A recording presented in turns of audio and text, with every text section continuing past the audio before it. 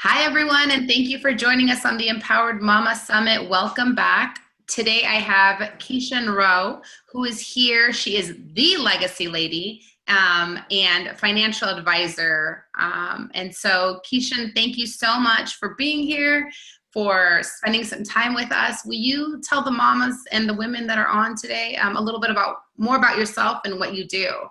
Sure. Welcome, everybody. Thank you so much, Carmen, for this opportunity. I just want to tell you that I greatly appreciate it. I think it's amazing what you're doing to reach out to, the moms, to get them informed about certain things, about how they can become better in life. So thank you so much for this opportunity. So hi, moms. Hi, women. My name is Keishan Rowe, as Carmen mentioned, and I'm also known as the Legacy Lady. And I'm an accountant and I'm a financial coach by profession. And I love speaking to women about building their legacy. I do a lot circling around the topics of finance, but I think it's extremely important for us to get into our minds from now the importance of building a legacy. I'm a woman of faith, so the Bible says that a family, a good man leaves an inheritance to his children's children. So I think it's extremely important that we take hold to what we hear in the Bible, what we see in regular lives, and put it into practice from now.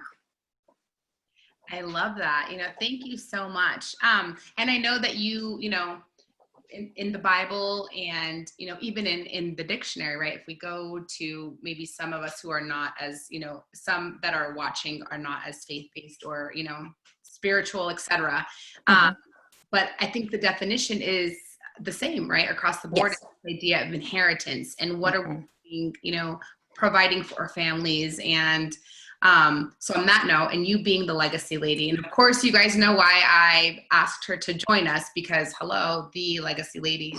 But will you tell us what legacy means to you specifically? Yeah. Okay. So like you mentioned, by definition, whenever we think of the word legacy, we automatically think of what is going to be passed down to the next generation. But I think we need to take it a step further. And for me, it's not just about the monetary gains. It's more about what will manifest today that I can see in the future. So everything has to do with a manifestation of what is to come. So when you align purpose and intention, and when those two collide, I strongly believe you'll get a legacy. So it's when you understand the fundamentals of that, you really say, you know what, I want my generation after me to understand that having a legacy is not just about monetary things. It's something better than that. So that's, for me, that's where legacy is all surrounded around. And I think a lot of times we lose sight of our birthright. Our birthright is to be amazing, to be powerful, especially as women. But sometimes we lose sight of that.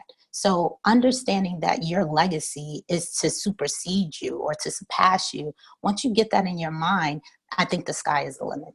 Oh, that gave me goosebumps. I love that so much. The idea of, it being our birthright. And I think as women, sometimes we will put ourselves on the back burner, especially as we kind of enter that role as wife or mother. And even, sometimes as daughters and sisters, we will put ourselves on the back burners. Yeah. I think that is, such a great concept, this idea that this is our birthright to create a life, right? And then create more life, and whatever that means, for after, that surpasses what we are currently doing in our own life. Like, I love it.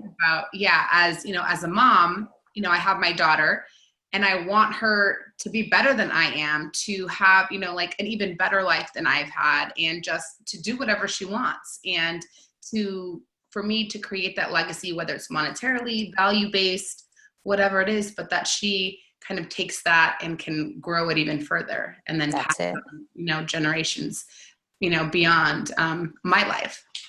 So I think that's fabulous. I love that so much.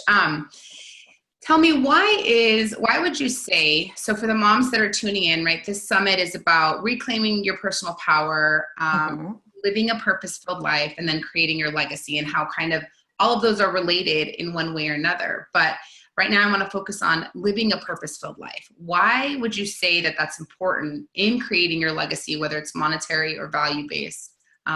And do you have any tips for the moms that are tuning in? Okay. So I think it's extremely important for us to really have a purpose-filled life is because, again, a lot of things that I'm saying, it's circled around faith-based thinking. But I think even if you're not a person of faith, you can still understand that you were created for a purpose. Mm-hmm. So when you realize that you have been created for a purpose, you need to take hold to that and really execute it to the max. And again, the Bible talks about how we should have life and have it in abundance. And I think it's extremely important for us to realize that. And I think a lot of times we do a disservice to ourselves because we really don't realize how much greatness we have on the inside, especially being moms, being nurturers, being just regular women. There's so many things that we have on the inside that we're not tapping into. So once we realize what our purpose is in life, then we could take it to the next level. And I think for me, what helped me realizing what my purpose was, because again, we go through life and we get to a point where we feel that we have arrived and we realize there's so much more for us to become. You know, I'm still becoming who God has called me to be, but right now I'm making sure that I'm walking in my purpose. And one way for me that I really tapped into that was discovering this whole creating a word that governs my life. And this came off of a book or something I was Googling one day for my church. And the topic of coming up with one word to govern your life or govern your year. So a lot of times we come up with New Year's resolutions. You know, everybody has a New Year's resolution. I'm gonna lose weight. I'm gonna save more money. I'm going to do this. A lot of things that we like to do. But in this whole create this one word that transforms your life, in 2014 and 2015 is when I discovered that. And my word was confidence. So for me, in order for me to walk in purpose, I had to remind myself of what God told me and what I already knew to be true. And I realized there were certain areas of my life that I wasn't really confident in. So that was the first thing that I decided to do. I decided to pick a word and let that word govern my year. And then I said, you know what, this is what I'm going to do each year. So in 2016, my word was intentional, walking with intent and purposes. And then in 2017, it's going to be the year of manifestation. So all of the things that I was confident about or the things that I wasn't confident about, because what happens is the word starts to illuminate in all areas of your life. So if you feel you weren't confident in one area or if you wasn't intentional in one area, you'll start to use that word and it'll be factored in every walk that you do. So now I'm intentional with going to the gym. I'm intentional about coming to work on time. I'm intentional about spending time with my family and loved ones. So the word plays a part in everything that you do. So once you change the way you think, your actions are going to change. I love that. I mean, there's so much that I love about what you're saying. And I think I just love like the, essentially, your brand and like who you are and how you run your business and the values that kind of are behind it. But I do this with my clients where I'll ask them, what is your word for the year? For example, my word for the year was freedom. But actually, thinking, even going further and thinking about this idea of a word that maybe will govern your life. And then each year you have different words that will get you to that I love it. ultimate goal, right? Like, I think that that's an amazing concept. And for me, it's freedom. So creating more freedom in my day to day so that I can travel or spend time with my daughter and do the things that need to get done and not feel like I'm tied to a desk or, or I'm being controlled in some way. Like, and part of that freedom, right, is owning your power. So yes. I love that one, that one word. And I think, I had never thought about it in that way in terms of a word that governs your life, which essentially will, it's that means to an end, right? You figure on each year is an ultimate, a new word related to the ultimate goal. So I love that, and ultimately your legacy as a whole. Would you say that you've always been intentional and purpose-filled and in what you do on a day-to-day basis? So now, I love that you're sharing, your knowledge around essentially money, right? And finances and creating that monetary legacy. But have you always been that intentional? And if not, what was kind of your turning point, and how did you get to, educating, women and others about finances and the importance of that? So the reality is we like to believe that we've been operating our life with intent and purposes. But sometimes it gets to a point where we start to do personal inventory on ourselves. And then we start to realize and say, you know what, I'm not walking in my fullest purpose or potential. So for me, it got to a point where I had to do some personal inventory. And the turning point came when I realized that life wasn't going the way I wanted to go, was a reflection of a situation that happened in my life, where I got to a point where I was out of work. I wasn't working at one point, and I started to feel down. I started to feel like, is this who God told me I am? So because you start to allow fear to come into play, you start to allow all of these other things.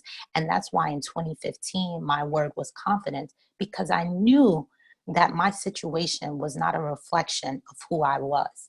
And a lot of times we allow life circumstances to dictate who we are, but that's not who we are. We're so much bigger and greater than whatever life brings our way. So for me, it was about rebuilding, me getting to a point where I had to redirect and rebuild the way that I was going in, because I knew that's not who God called me to be. So again, that's when it got to a point where I had to become more purposeful and start walking with intention.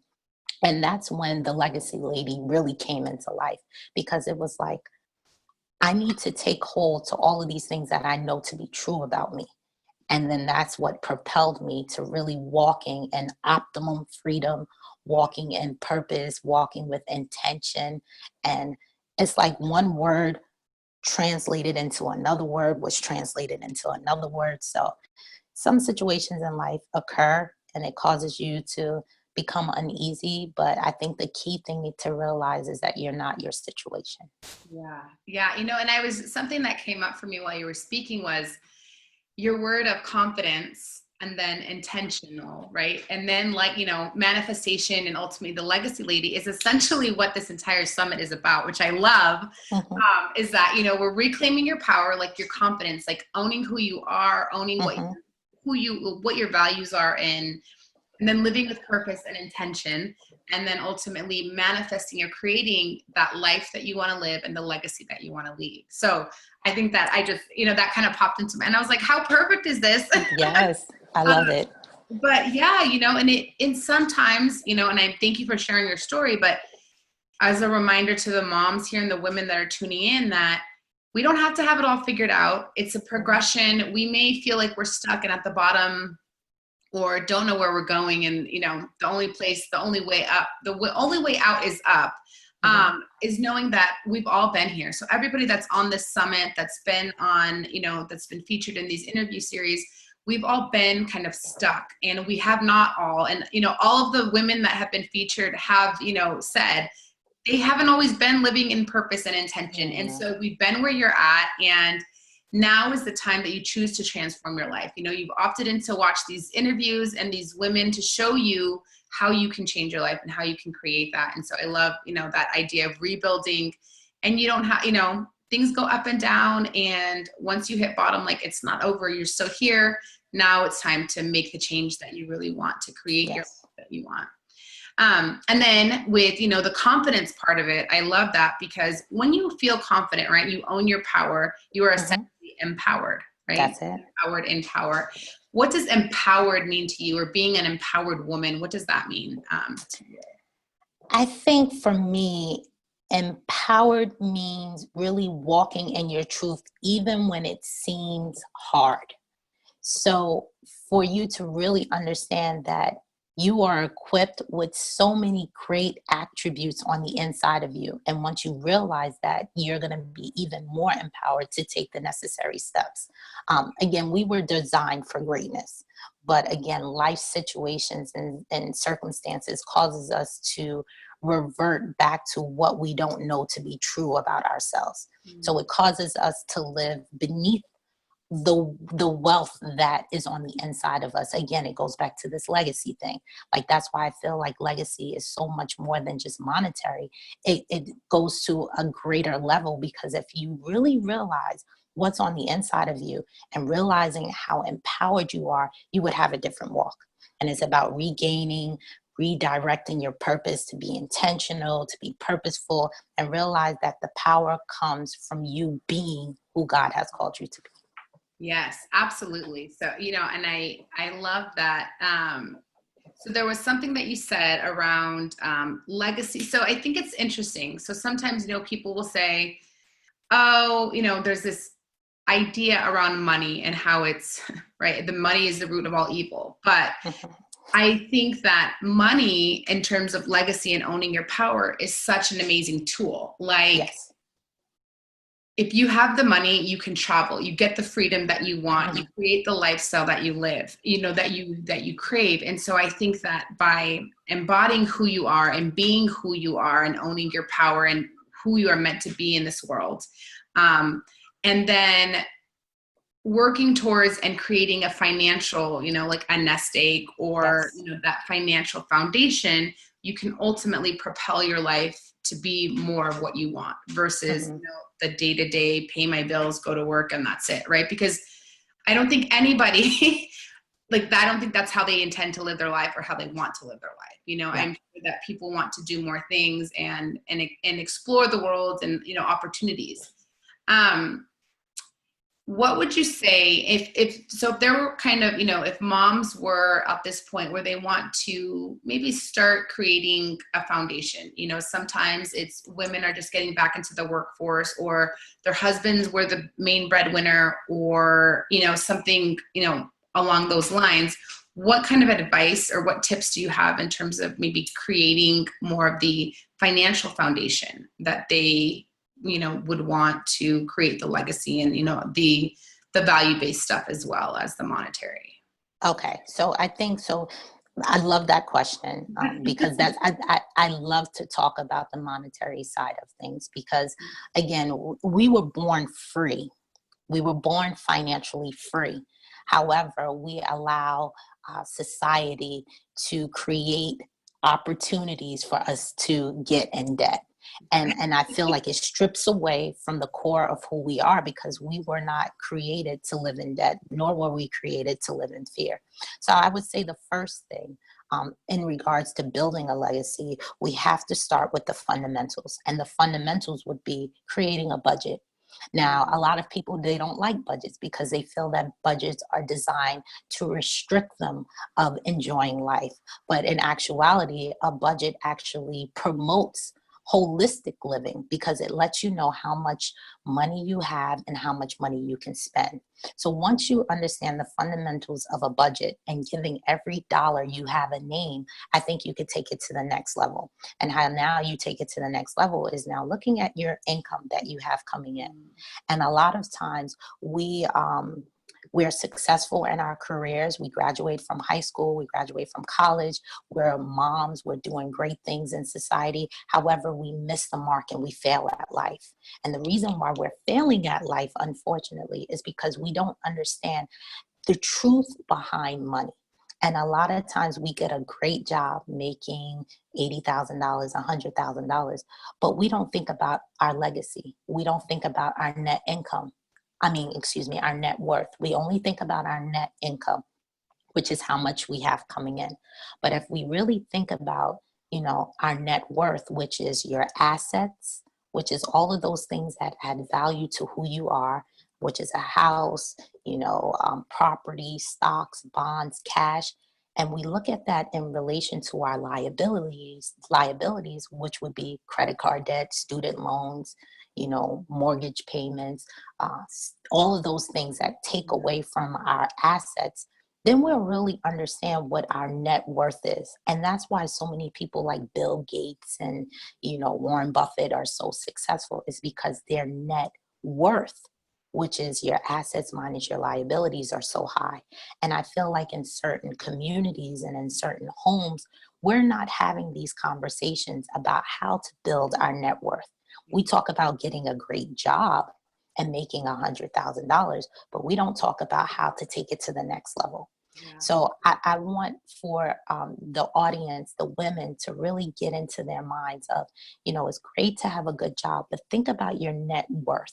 Think about how your net worth can increase. Meaning, once you take away your liabilities from your assets, what do you have left over? That's optimal legacy building right there. Yeah. Yeah. And, coming from someone who I like to call myself a good student, right? I did everything that I was supposed to do. I went to high school, went to college. I was the first in my family to go to college, and then ultimately the first to go to law school. I'm the only attorney in my family. And so now I'm like, oh, great. I have these beautiful degrees and this beautiful student loan debt. And now what do I do? Right. And so I started my own practice. I started my own business, but I think that that's, essential, especially when I work with my clients, because I do estate planning. So I get to see all of their finances, and I get to see, their assets versus, they always like to bring up their liabilities, which is interesting to me. And I'm like, the courts don't care about your liabilities. Like, you'll have to pay them, but your estate value is like fair market value right now. So, but it's interesting that you bring that up because, for my family, it was like, go to school, get an education. And it's like, well, what do we do with that now? Like, now we have student loan debt. Well, we need, we get into credit card debt because we're trying to either start a business or just survive because depending on when you get out and into the job force, like the options you have, I have friends who were attorneys, passed the bar exam, but couldn't find a job as an attorney. And I'm now working, at a bank or doing something else that barely covers their student loan.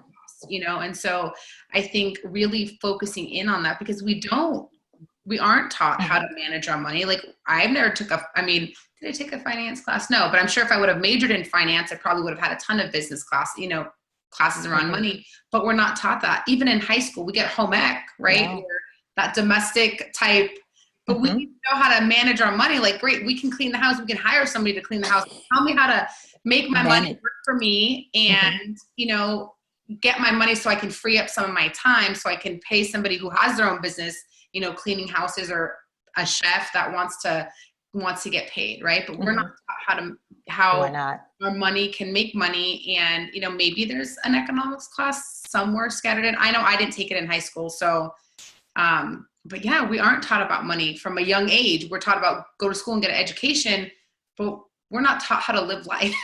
Like, we aren't, we don't get those life skills. So you're not alone if you're not quite sure how to like start with the budget or, any of that. And there's resources that, do you have any resources like on your website that the moms can, tap into? And Absolutely. Absolutely. So if they were to, I don't know if this is a time for me to say, but if they were to go over to the website, which is KeishanRowe.com, I have a ton of courses available that if anyone wants to sign up for, they can sign up for. We could take it another level. We can have like financial coaching sessions where I actually dig in and we start examining, okay, who started your relationship with money? Because the reality of it is a lot of things that we do now as adults are a reflection of what we've been exposed to as kids. And that's why it's so important, again, taking it a step further, thinking about the legacy. What do I want my legacy to look like? And if I don't change the trajectory of that right now, then my kids are going to operate in the same realm that I'm in now. So, yeah, it's funny that you say that, because being in this kind of like online coaching world, right? You hear lots of stuff around, manifestation and money blocks and, like your money story. And so it goes back, generations, like at least to our parents, probably our grandparents, like my grandmother was, born and raised during, shortly after the Depression. And so it's this kind of like conserve, don't spend, and almost more of a scarcity mindset versus, this abundance. Like, I'm entitled to have everything that, God and the universe want to give me. So I think that that's such a great point. And so go check out her website and we'll provide a link too.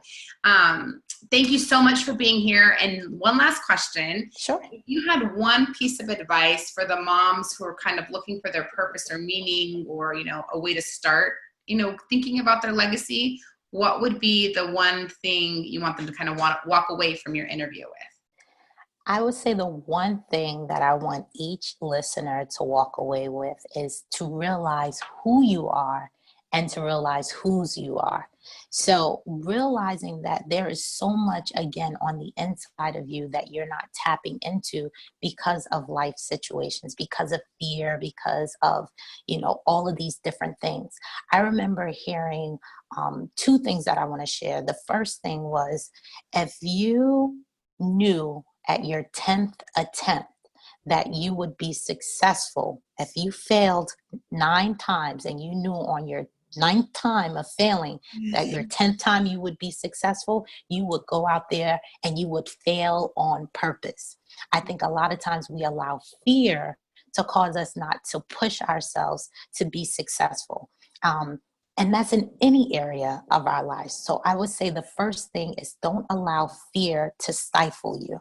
So again, if you realize and if you knew that on my 9th attempt of failing, that 10th time I'm going to be successful, I am going to fail at everything that I can possibly get my hands onto because I know I'm going to be successful. But we don't allow ourselves to experience that because we just allow fear to kill us. Yeah. So one thing, don't allow fear to kill you, to realize whose and who you are. And then the last thing is to have a vision. So the Bible talks about if you have no vision, then the people perish. And one of the things that I realized, Helen Keller, everybody probably heard about her. She's a woman who was born and she was able to see and hear, and she developed an illness which caused her to be blind and deaf. So through that illness, she was able to persevere and to be able to go to college. And it shows so much tenacity in women that we have so much on the inside of us.